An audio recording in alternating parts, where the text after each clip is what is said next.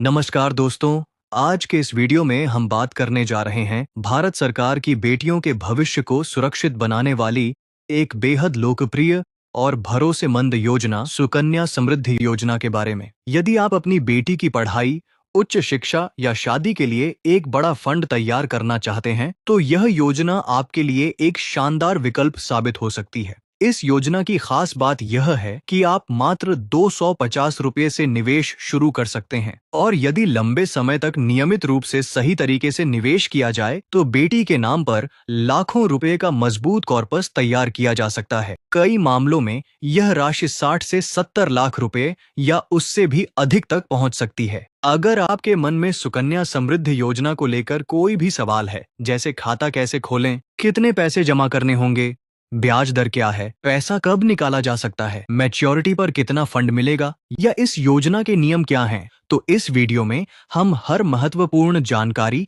विस्तार से समझने वाले हैं। हम कोशिश करेंगे कि इस वीडियो के अंत तक आपके सभी सवालों के जवाब मिल जाए और आपको इस विषय पर कहीं और जानकारी खोजने की आवश्यकता न पड़े। तो चलिए बिना समय गंवाए विस्तार से समझते हैं सुकन्या समृद्धि योजना को और जानते हैं कि यह योजना आपकी बेटी के भविष्य को आर्थिक रूप से मजबूत बनाने में कैसे मदद कर सकती है। अब सबसे पहले समझते हैं कि आखिर सुकन्या समृद्धि योजना क्या है और इसे शुरू करने का उद्देश्य क्या था।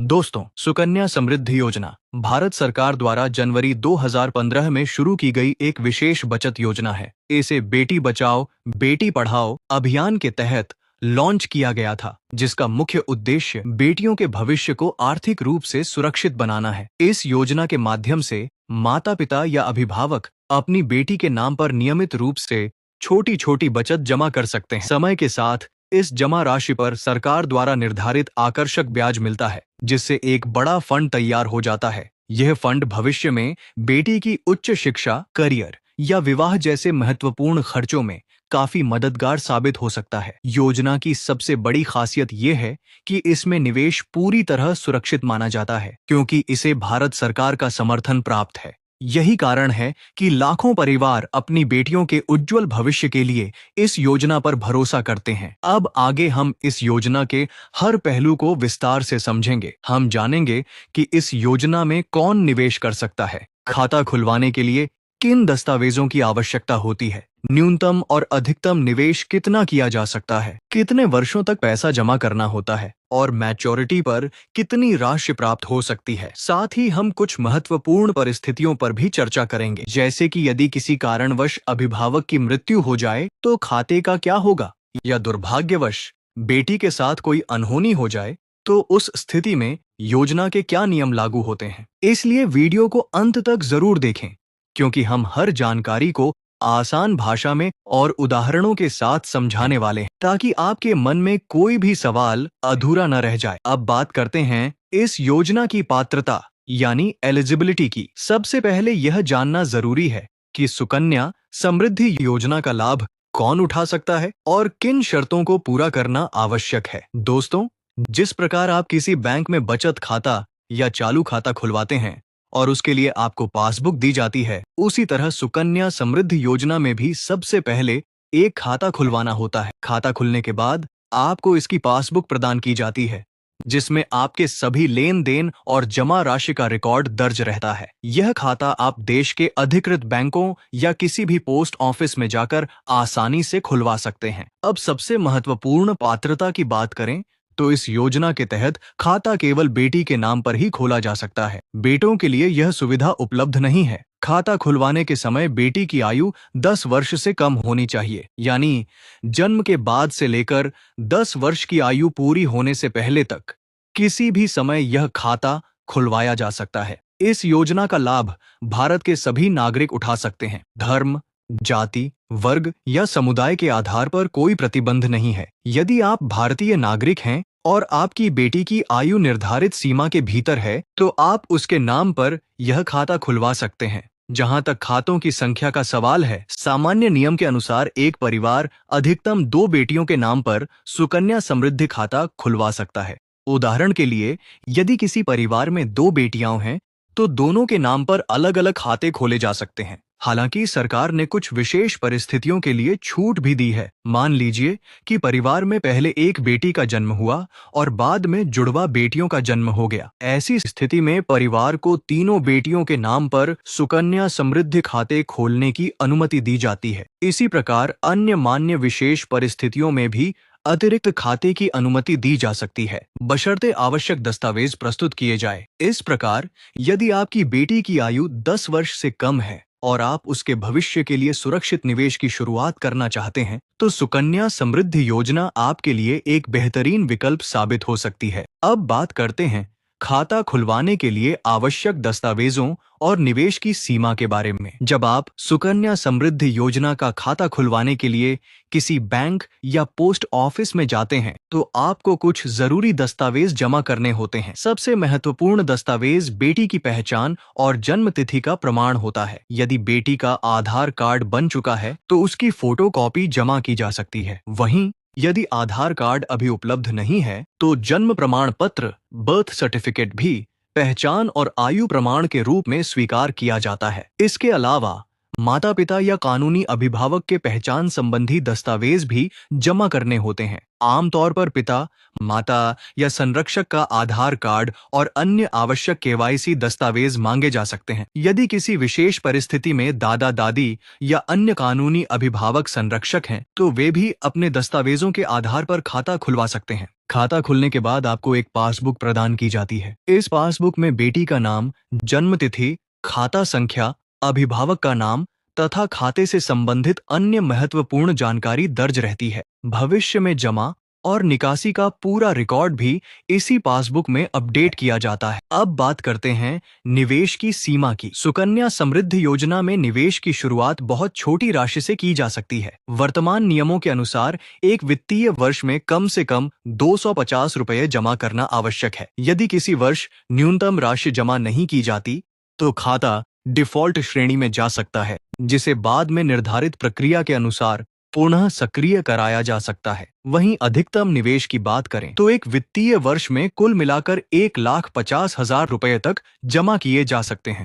यह राशि आप एक बार में भी जमा कर सकते हैं या अपनी सुविधा के अनुसार कई किस्तों में भी जमा कर सकते हैं। यानी सरल शब्दों में कहें तो इस योजना में आप हर साल न्यूनतम 250 रुपये और अधिकतम 1,50,000 रुपये तक निवेश कर सकते हैं। यही लचीलापन इसे छोटे और मध्यम आय वाले परिवारों के लिए एक आकर्षक बचत योजना बनाता है। अब सबसे महत्वपूर्ण सवाल आता है कि इस योजना में पैसा कितने वर्षों तक जमा करना होता है और खाता कब मैच्योर होता है। दोस्तों, सुकन्या समृद्धि योजना में आपको खाता खुलवाने की तारीख से कुल 15 वर्षों तक निवेश करना होता है। यानी आप नियमित रूप से 15 साल तक अपनी सुविधा के अनुसार राशि जमा कर सकते हैं। इसके बाद आपको कोई नया निवेश करने की आवश्यकता नहीं होती। हालांकि खाता तुरंत बंद नहीं होता। निवेश बंद होने के बाद भी खाते में जमा राशि पर निर्धारित ब्याज मिलता रहता है। जब खाता खुलने की तारीख से 21 वर्ष पूरे हो जाते हैं, तब यह खाता मैच्योर हो जाता है। मैच्योरिटी के समय आप अपनी पूरी जमा राशि और उस पर मिले ब्याज सहित धनराशि प्राप्त कर सकते हैं। अब बात करते हैं जमा करने के तरीके की। कई लोगों के मन में यह सवाल होता है कि क्या हर महीने, हर 3 महीने या हर 6 महीने पर निश्चित रूप से पैसा जमा करना जरूरी है? इसका जवाब है नहीं। सुकन्या समृद्धि योजना में आपको किसी निश्चित अंतराल पर पैसा जमा करने की बाध्यता नहीं होती। आप अपनी आर्थिक स्थिति और सुविधा के अनुसार किसी भी समय राशि जमा कर सकते हैं। उदाहरण के लिए, यदि आपके पास एक बार में 5,000 रुपये, 10,000 रुपये, 20,000 रुपये या उससे अधिक राशि उपलब्ध है, तो आप उसे सीधे खाते में जमा कर सकते हैं। बस यह ध्यान रखना जरूरी है कि पूरे वित्तीय वर्ष में कुल जमा राशि न्यूनतम 250 रुपये और अधिकतम 1,50,000 रुपये की सीमा के भीतर हो। यानी यह योजना आपको निवेश में काफी लचीलापन देती है। आपको हर महीने निश्चित किस्त भरने की चिंता नहीं रहती,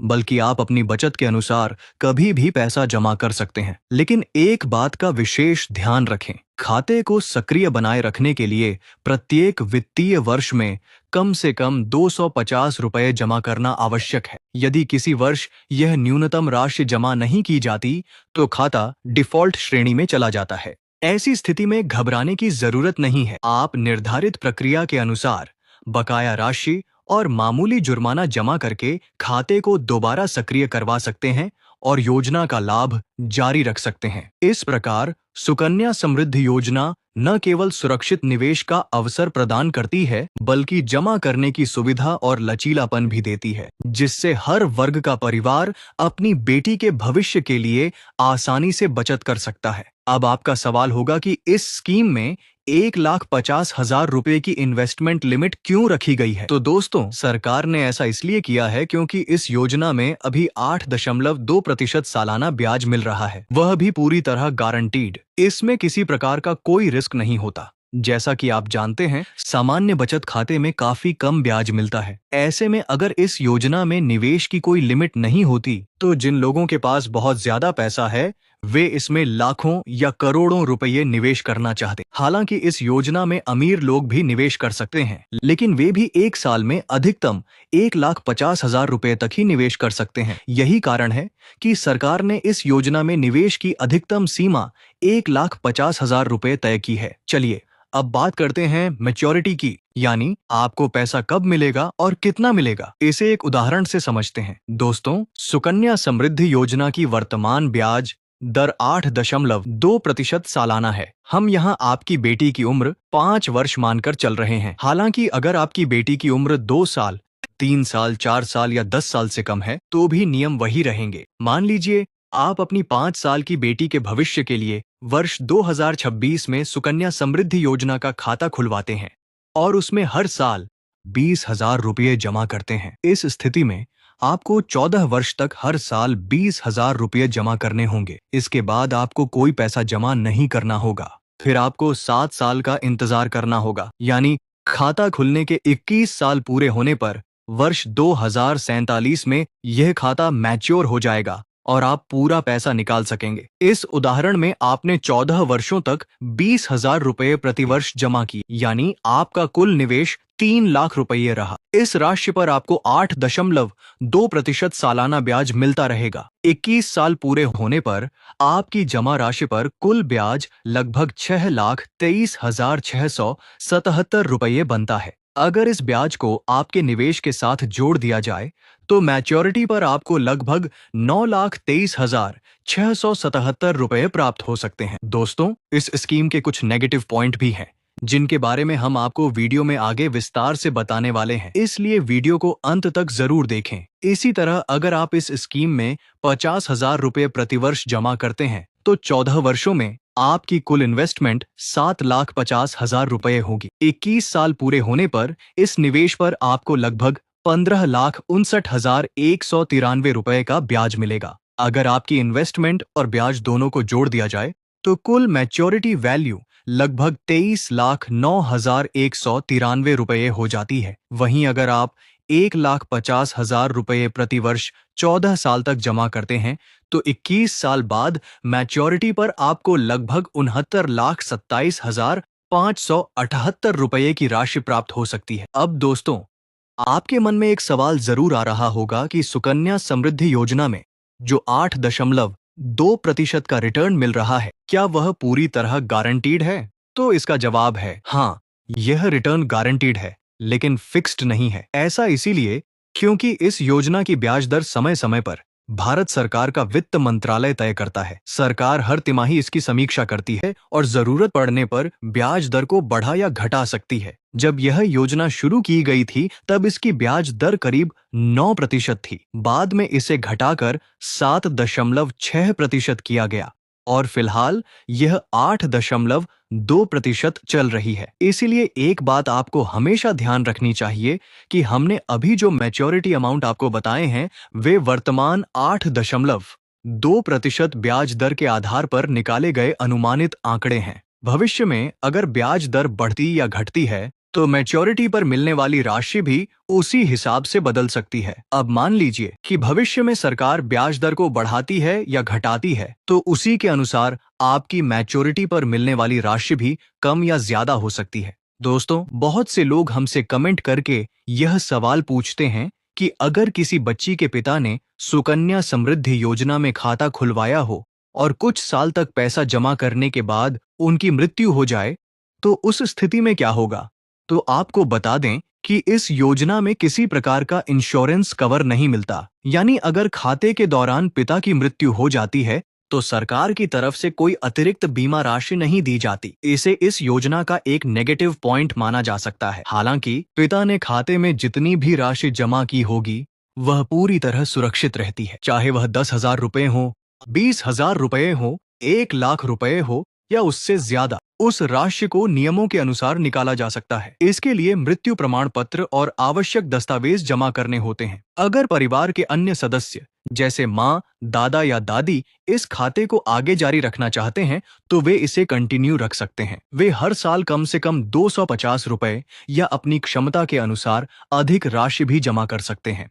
वहीं अगर आगे कोई पैसा जमा नहीं किया जाता तो पहले से जमा राशि खाते में बनी रहती है और योजना के नियमों के अनुसार उस पर ब्याज मिलता रहता है। एक और जरूरी बात समझ लीजिए, अगर परिवार के लोगों को यह जानकारी ही नहीं है कि उनके पिता या अभिभावक ने सुकन्या समृद्धि योजना में खाता खुलवाया था तो बैंक या पोस्ट ऑफिस खुद आपके घर आकर इसकी सूचना नहीं देगा। इसलिए ऐसी योजनाओं की जानकारी परिवार के सदस्यों के साथ जरूर साझा करनी चाहिए ताकि जरूरत पड़ने पर खाते की राशि का लाभ लिया जा सके। अब आपका सवाल होगा कि अगर अभिभावक जीवित हैं लेकिन बेटी की मृत्यु हो जाती है तो उस स्थिति में क्या होगा? मान लीजिए किसी पिता ने अपनी बेटी की पढ़ाई या शादी के लिए सुकन्या समृद्धि योजना में पैसा जमा किया हुआ है लेकिन किसी कारणवश बेटी की मृत्यु हो जाती है। ऐसी स्थिति में नियम यह कहता है कि बेटी का मृत्यु प्रमाण पत्र जमा करके खाते में जमा पूरी राशि और उस पर मिला ब्याज निकाला जा सकता है। इसके बाद खाते को बंद करना होता है क्योंकि यह खाता बेटी के नाम पर खोला जाता है,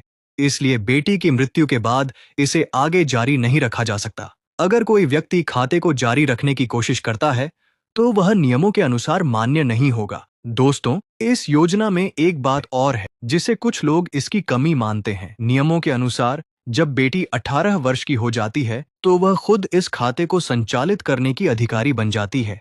ऐसी स्थिति में अगर खाते में अच्छी खासी राशि जमा हो चुकी है तो बेटी नियमों के अनुसार खाते से संबंधित निर्णय लेने का अधिकार रखती है। कई अभिभावकों का मानना है कि इस व्यवस्था में माता-पिता की सहमति को भी शामिल किया जाना चाहिए, ठीक वैसे ही जैसे कुछ जॉइंट अकाउंट में दोनों खाता धारकों की अनुमति जरूरी होती है। हालांकि वर्तमान नियम यही हैं कि 18 वर्ष की आयु के बाद खाते का अधिकार बेटी को प्राप्त हो जाता है। तो दोस्तों, सुकन्या समृद्धि योजना से जुड़ी लगभग सभी महत्वपूर्ण जानकारियों को हमने इस वीडियो में विस्तार से समझने की कोशिश की है। उम्मीद है कि अब आपके मन में इस योजना को लेकर कोई बड़ा सवाल नहीं बचा होगा। अगर आपको यह वीडियो उपयोगी लगा हो तो इसे लाइक जरूर करें, अपने दोस्तों और परिवार के साथ शेयर करें और ऐसे ही जानकारीपूर्ण वीडियो देखने के लिए हमारे चैनल को सब्सक्राइब करना न भूलें। वीडियो देखने के लिए आपका बहुत बहुत धन्यवाद।